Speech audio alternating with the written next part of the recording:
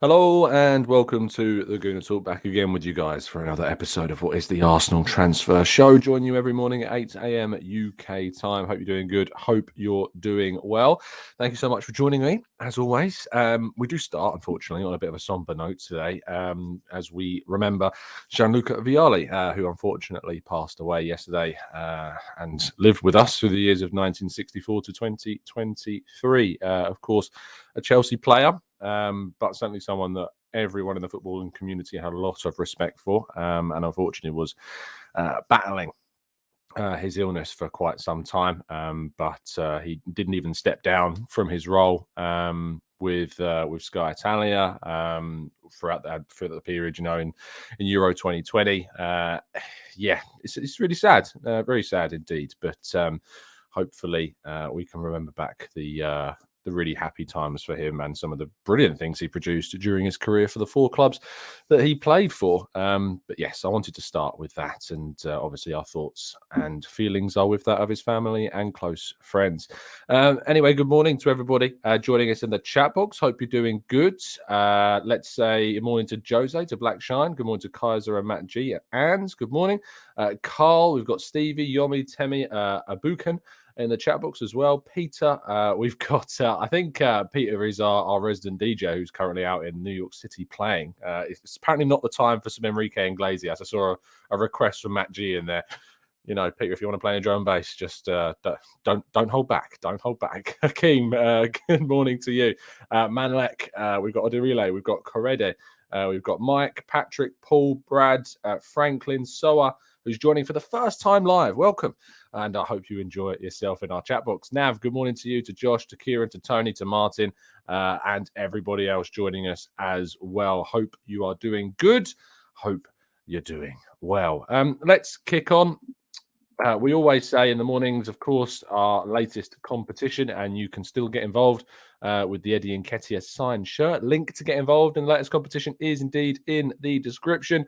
The competition runs until Wednesday, the 11th of January, and you can win an instant prize of another Eddie Nketiah signed shirt from one of the previous seasons too. So you got a double chance of winning a signed Eddie Nketiah framed shirt as well. So if you haven't already got involved in this one, a link is in the description to do so. So Arsenal's players have been charged with misconduct during the last moments of the game against Newcastle United, in which Arsenal were denied a penalty after Granit Xhaka's cross struck Jacob Murphy's arm in the box, and it wasn't given. Oh, it's just one thing after another at the moment with, with this sort of stuff. I am kind of getting the feeling now that, do you ever get the sense that the world's against Arsenal at times? That's kind of the feeling I'm getting with things right now. And I just think that it's going to be funny if we win the league. It's going to annoy a lot of people. And who knows, maybe it will annoy the authorities. The amount of articles I've also seen in the last couple of days or so that have battered Mikel Arteta on the touchline. I imagine he's probably going to be asked about that in his press conference today. I'm going to be driving up to London Colney this afternoon to be there, and I can imagine that Arteta is going to be asked his questions about that and about how he's being perceived and treated. Massive kudos. I keep saying kudos now, thinking of the Ghanaian footballer, but kudos to Martin Keown, who on TalkSport yesterday very much defended Mikel Arteta and defended him very well. So if you haven't had a listen to that, it'll come up on your socials, I am sure. Now, the No More Red campaign has returned for Arsenal, and they will play in the drained kit, I like to say. I don't really like calling it the white kit because obviously Spurs playing white, so we're calling it the drained kit because it's been drained of all colour, and we'll be playing in that against Oxford. Now, our records in this kit is played one, lost one. If you remember back to the third round of the FA Cup last year against Nottingham Forest, we played in this kit and unfortunately weren't able to progress. We're hoping, fingers crossed, that's going to be very different for this game, and we are hoping, of course, that we managed to get ourselves in and through, because it's a competition we have a lot of history of, and we want to get further than we did last year, obviously, because we went out in the first round. But all the information about the No More Red campaign, which is there to bring awareness and to try and get young people out of crime, and knife crime in particular. So, yes, all the information about the campaign is on the Arsenal website. Certainly worth giving a read to find out more. The kits won't be on sale. You won't be able to get your hands on these kits at all. They are typically, I believe, auctioned off to then make more money for the campaign. So that's the deal with that. Lacazette has had some very interesting things to say since moving to Lyon. I mean, Rob Holding was actually the person who did the interview and was speaking about his kind of chat with Alexander Lacazette whilst they were playing against Lyon in Dubai. He says, yes, I saw Lacazette a couple of weeks ago, and we spoke about what it's like there compared to Arsenal. Lyon's his home club, of course, and he knows it really well, but he was telling me how much he loved his time at Arsenal. Actually, a couple of months ago, he texted me to tell me to enjoy my time at Arsenal because it's a step above everywhere else. He said to me to stay at the club if you can because the grass isn't always greener elsewhere, and to enjoy being at a club like Arsenal. It was really nice to hear that from someone at a different club. So it's a good thing to hear. You know, it really is a good thing to know that Lacazette is not. I wouldn't want to say it's a good thing to know he's not as happy as he was at Arsenal. I think he is happy to be back at his kind of hometown club of Lyon.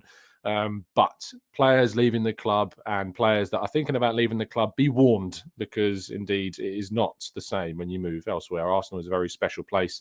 It's a very good place to be. And I think that maybe some take it for granted when they leave Arsenal. But it was a really good thing to hear from Rob Holding of what Lacazette had said. I don't know if Lacazette would have wanted Rob to say this publicly, but he's revealed it now. So what more can you do?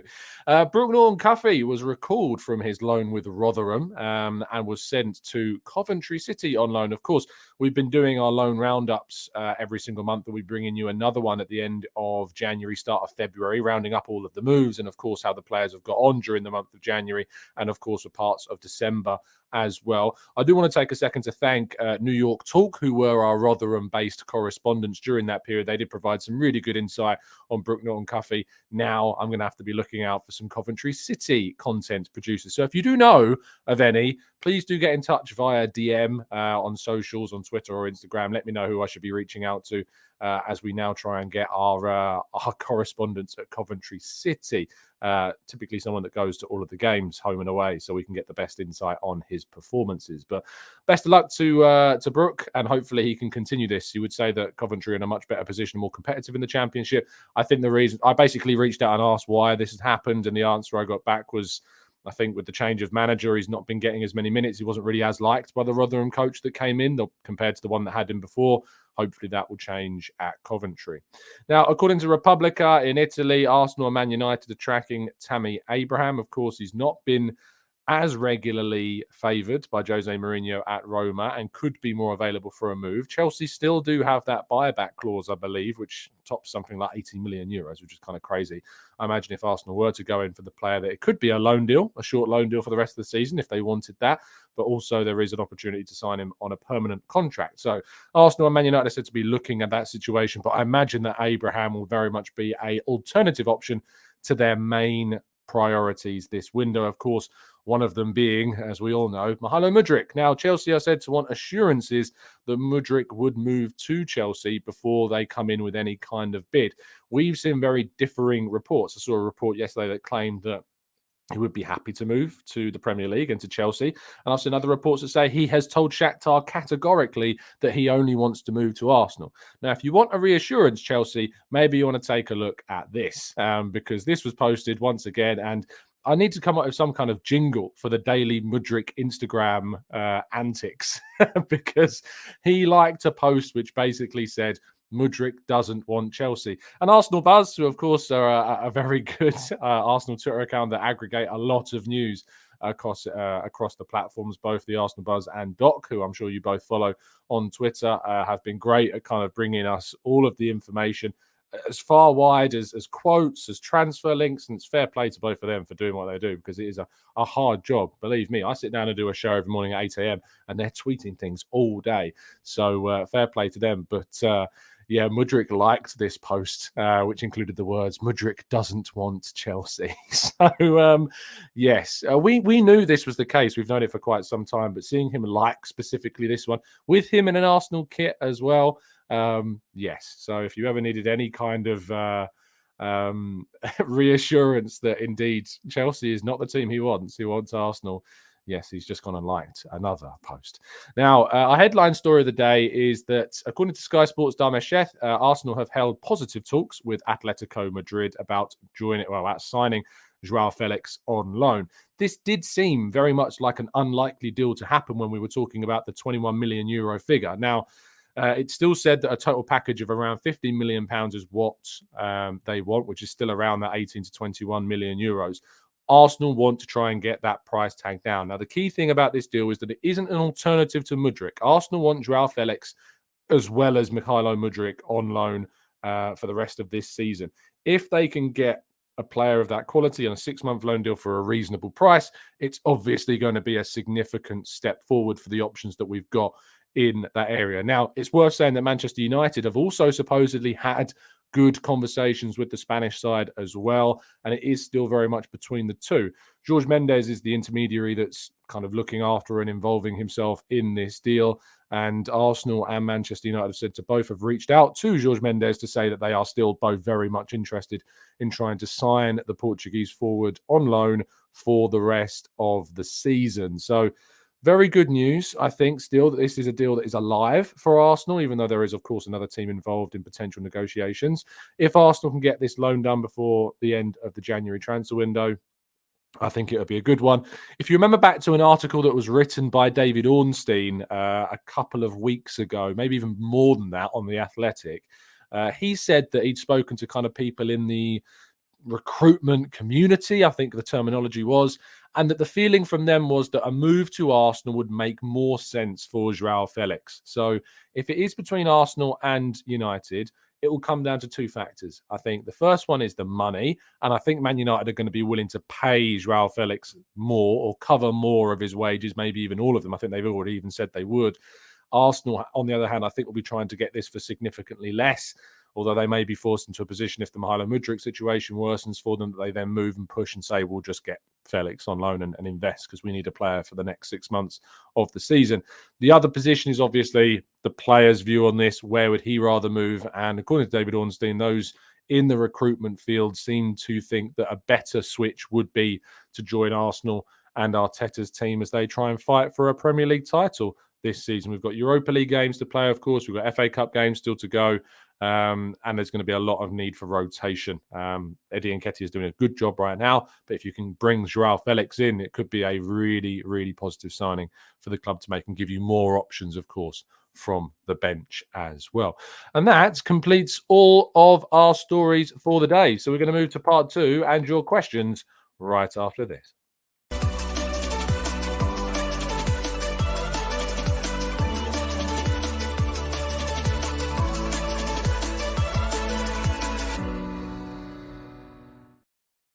Okay, part 2. First things first, what I should say is we'll be doing a preview show for the game against Oxford tonight at 8 p.m. I know that there is FA Cup action all day today. I'm having a quick check on the fixtures and the times now, but we'll be doing our preview show for the Watford game tonight at 8 p.m. Now, is there any late games? Yeah, Liverpool Wolves is the game we'll be clashing with, so I can only apologise. Nearly impossible in FA Cup day to not clash with a game. There's always at least one being played. So if you'd rather listen to us talk about Arsenal than watch Liverpool against Wolves, I'd very much appreciate your time. Let's kind of run through some of the big fixtures in the FA Cup today. Spurs play at home against Portsmouth. You would expect they'd have enough to progress through there. My local sides, Gillingham, are playing Leicester City in a game where Leicester are awful. Like, they're genuinely bad. And Gills are probably one of the worst teams in the Football League as well. They have changed a lot. They've brought in some interesting players, and they've actually had a new owner come in as well. But they are one of the lowest scoring sides in the whole of the Football League, and maybe even outside of the Football League as well. It's kind of awful how bad they've been. But they've managed to score goals in the FA Cup, and against other Premier League sides, they knocked out Brentford from the League Cup as well. They then lost to Wolves in the, I think it was the round of 16. But they play Leicester City at home in the third round of the FA Cup today. Other big clashes, we've got Crystal Palace against Southampton. We've got Middlesbrough and Chuba Akpom, of course, playing against Brighton. A number of teams have actually apparently inquired about Chuba Akpom. He's doing fantastically at Middlesbrough, replaced, ironically, following Balogun in kind of the squad for this season. Bournemouth play Burnley. We've got Boreham Wood, of course, good friends of Arsenal, Boreham Wood. They're playing Accrington Stanley in the third round of the FA Cup. Brentford play West Ham. Any other Premier League side? Sheffield Wednesday host Newcastle. Liverpool play Wolves. And then tomorrow, we've got some other big games. We've got Norwich against Blackburn, a very competitive championship clash. And of course, Man City play Chelsea as well. Now, Arsenal play on Monday night. Once again, a late game in the FA Cup for Arsenal. Typical. It tends to happen. We'll have to wait and see what ends up happening. Anakin Skywalker in the chat box, thank you for joining me. Don't turn to the dark side just yet. Says Akpom scored against Austin Trusty. I actually saw some interesting statistics about Austin Trusty's season, and I look forward to covering him more again in our loan roundup. He's doing brilliantly. Really, really, really well. So keep it. Don't lose faith in what Austin Trusty might be bringing to Arsenal this season. Matt G says, have you heard about Real Madrid being interested in Charlie Patino? Is this something we should be worried about? I haven't. Let me do a quick, the only place to kind of search this random information. Real Madrid, Patino. Let's have a quick check on Twitter to see if anyone's said anything. F Football 365. Don't know why they've used the word aroused in their headline, but they have. That's weird. Okay, so I'm scrolling down where the link to the actual thing. So Arsenal boss, no, trying to find. Okay, so after continuing to progress, Spanish publication Nacional claimed that Patino was one of the names on the agenda for Real Madrid in their search for new talent this summer. Now, if you remember that Arsenal have activated that 2-year option in Patino's contract, so his contract currently runs out in 2025. Arsenal shouldn't have too much of a concern about that. They're then trying to negotiate a new deal for Patino. I think you can expect Patino to be involved in pre-season action this summer and probably kept and then integrated into the team next season. They really like the player. They highly rate him and they think that he's the right guy to be at Arsenal moving forward. So I'm looking forward to seeing what that looks like next season. But yes, Charlie Patino is going to see some gradual integration into the Arsenal team. Amira says, is there any argument to say that we shouldn't always think about saving a spot for academy players? We didn't save a spot for Saka or Smith or etc. If they're good enough, they're good enough, right? Now, this is obviously something I've seen come up on social media as well. People saying, why on earth should we, jeopardize a potential title charge for saving a spot for a youth player? Now, for me, I think you can have two competitive players in every single position, and then the third player can often be a youth option. I don't think that's too much of a stretch. And that's why I think the right-back role, there's an argument that maybe we should allow Tomiyasu and White to be the two starting options for us at right-back. And then you've got Raul Waters at the club still. Brooke Norton-Cuffy's obviously on loan, but then you've got a young player who can maybe fulfill that third spot. You've got that with the goalkeeping situation, Ramsdale, Turner, and then Carl Hine. We've arguably got that as centre-back as well, with Raul Waters being another option for us at centre-back. And in the left wing and right wing areas, Mario Koja-Dubry has been called upon on a number of games as well to be up in the squad. Currently, our third choice striker doesn't seem to be Callum Edwards because he's injured. And then you've got Butler Oyedeji, who is the young striker who played, I think, against Lyon, came on, hit the post in that game. He's our third choice striker apparently right now. So I think it's different positions. You can have more senior options. I think at striker in the forward areas, maybe it's not as smart, but maybe in some of the more further back areas, you can, because there's more versatile options in defence for Arsenal right now. Let's go to Tammy, who says, why is it seemingly impossible to review referees in the Premier League? There's a reviewing of referees that just doesn't happen. The accountability level of referees is an absolute minimum. So there's not too much regarding scrutiny of referees. Even when what's his face has come in to lead the PGMOL, can't remember his name now. Man United fan. Oh, what's his name? You're going to be typing it frantically into the chat box. I know. I'll have to scroll down and see who it is, but. What's his name? Is it Hoy? No, it's not Hoy. I can't remember his name. It's gone. Completely gone. But the guy that's come in to lead the PHMOL has said that there's going to be more accountability and stuff. But you can't see. Howard Webb. Thank you so much, guys. I don't know why I thought it was someone else. Who is Hoy? Chris Hoy. Isn't he a cyclist? I don't know why I thought it was someone else. Thought I don't know why. But yeah, Howard Webb is the new lead of the PGMOL. So and nothing's changed at all at this stage. Josh says, Tom, do you think Felix would struggle with the physicality of operating as a striker in the Premier League? He plays in the most physical team, supposedly, in La Liga, has played in a very physical side, has been expected to do very physical things under Diego Simeone. So I don't think so. He is going to be a bit of a culture shock because playing under Simeone and playing under Arteta, there is going to be some differences. So we'll have to wait and see. But he has played in a Portuguese side that I think play a lot more to his style, which is actually closer. Well, I've said actually twice, which is actually closer to Arsenal's style.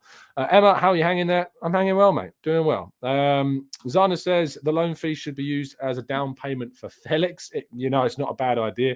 Jabu says I believe players should have more of a say concerning which team they join. Player happiness and mental health is just as important for the players on the field. I don't necessarily think it happens too often that a player will move somewhere they don't want to move. And if Mudryk does move to Chelsea, and I don't really expect him to, if he does move to Chelsea, it will be because he's given the green light for that deal to go ahead, because he wants to go there. It might not be his preference, but it won't necessarily be because he doesn't want to in that moment that he chooses to join. He might not want to right now. People can indeed change their minds. Trevor says Kenny Jackett has gone to Gills as a sporting director. He has. And Andy Hessenthaler has also rejoined the club for the short period of time. They've got new owners. They have got to really avoid that drop to the conference. They will not be wanting to go down. One of my best men is a Gills fan, and he will not be wanting to see Gillingham drop into the non-league action. Very difficult to get out of when you drop down. Greg says, any update on Tielemans? I saw on Twitter a report the valuation was just 5 million off in the summer, and that Rodgers has given the green light to sell him. They are open to selling him in this window, but again, Leicester's asking price continues to be a bit of a problem for Arsenal. My colleague Kai Kainak has reported that kind of feeling around Tielemans has cooled, and that we're more keen on signing him maybe in the summer on a free transfer. Matty says, hi, Tom. Hope you're doing well. I am. Hope you are too. What do you think of this chance? Mudryk is a one kiss Calvin Harris. Mudryk is... I'm not going to sing it because that would be incredibly embarrassing, but... I mean, I enjoy the song. So if you can fit Mudryk into that song, I'm all for that. All for that indeed. Let's go to Michael, who says, echoing a question in the chat. Would Felix struggle with that physical side of the Premier League? Again, I don't necessarily think he'd struggle, but I think he would take a little bit of time to transition, like a lot of teams would. Ronald says, thoughts on the supposed Newcastle clause for Ronaldo to join on loan? It seems a bit shady. I don't have too many thoughts because I don't know how real it is. And it's impossible really to know how real it is either. It seems ridiculous, but also seems in some senses believable. So who knows? We'll have to wait and see if that happens. But I doubt you'll see Ronaldo at Newcastle. But I could be very, very wrong indeed. Derek says, morning, mate. First Saturday morning live, helped by a new baby Gooner arriving. Congratulations, Derek. One quick one. I feel there is too many links, and it will be another disappointing January where we just don't gamble. Now, I think we got a bit of PTSD from last January because we know we needed to sign somebody, and we didn't sign anybody, and that sucked, obviously. I'm hopeful that we sign somebody. Actually, I'm hopeful that we sign two somebody's during this window. I'm optimistic that we'll get two in. There's a long way to go in this window still. We've got at least 3 weeks plus remaining, and there's lots of time to still get stuff done. So let's be optimistic until we start getting to, say, the final week and we've still not done something. That's when I'll give you permission to panic, if there's a week to go and we've still not signed anyone. Andrew says, hi, Tom. Is it also worth considering that Mudryk would be using Arsenal just to get a move to the Premier League, even if it's just Chelsea? Loyalty is to self first. No, of course the player wants to move to the Premier League, and it's an unknown factor, Andrew. Like, we don't know is the short answer. We don't know what he's thinking, feeling. He could be doing it just to get to the Premier League and then eventually as a stepping stone somewhere else. We don't know. But what we do know is that Arsenal want him. We do know that he's certainly good enough to bring an impact between now and the end of the season. What we don't know is how much that Shakhtar are willing to come down on their valuation, if any. We also know that they are very much not too worried about having to wait until the summer because they are not top of the league in Ukraine and they need Mudryk if they want to be able to get hold of that top place in the league and, of course, Champions League qualification as well. So it's tricky. Very, very tricky indeed. We're going to wrap things up there. Slightly shorter show this morning because it's a Saturday. That is the reason, in short. Thank you so much, guys, for tuning in. I'll be doing, as I said, a preview show tonight, 8 p.m. UK time, looking ahead to the game against Oxford. So you can join us for that. But yeah, drop a like on the video, subscribe to the channel if you're new. Make sure you stay tuned to Football London because I'll be at London Colney a little bit later on with Mykhaylo Mudryk ahead of the game, asking some questions in the press conference. So that should be good fun as well. And then, of course, travelling to Oxford on Monday for the game. Lots of fun stuff to come in the next 72 hours. See you soon. Have a great weekend. And as always, up the Arsenal.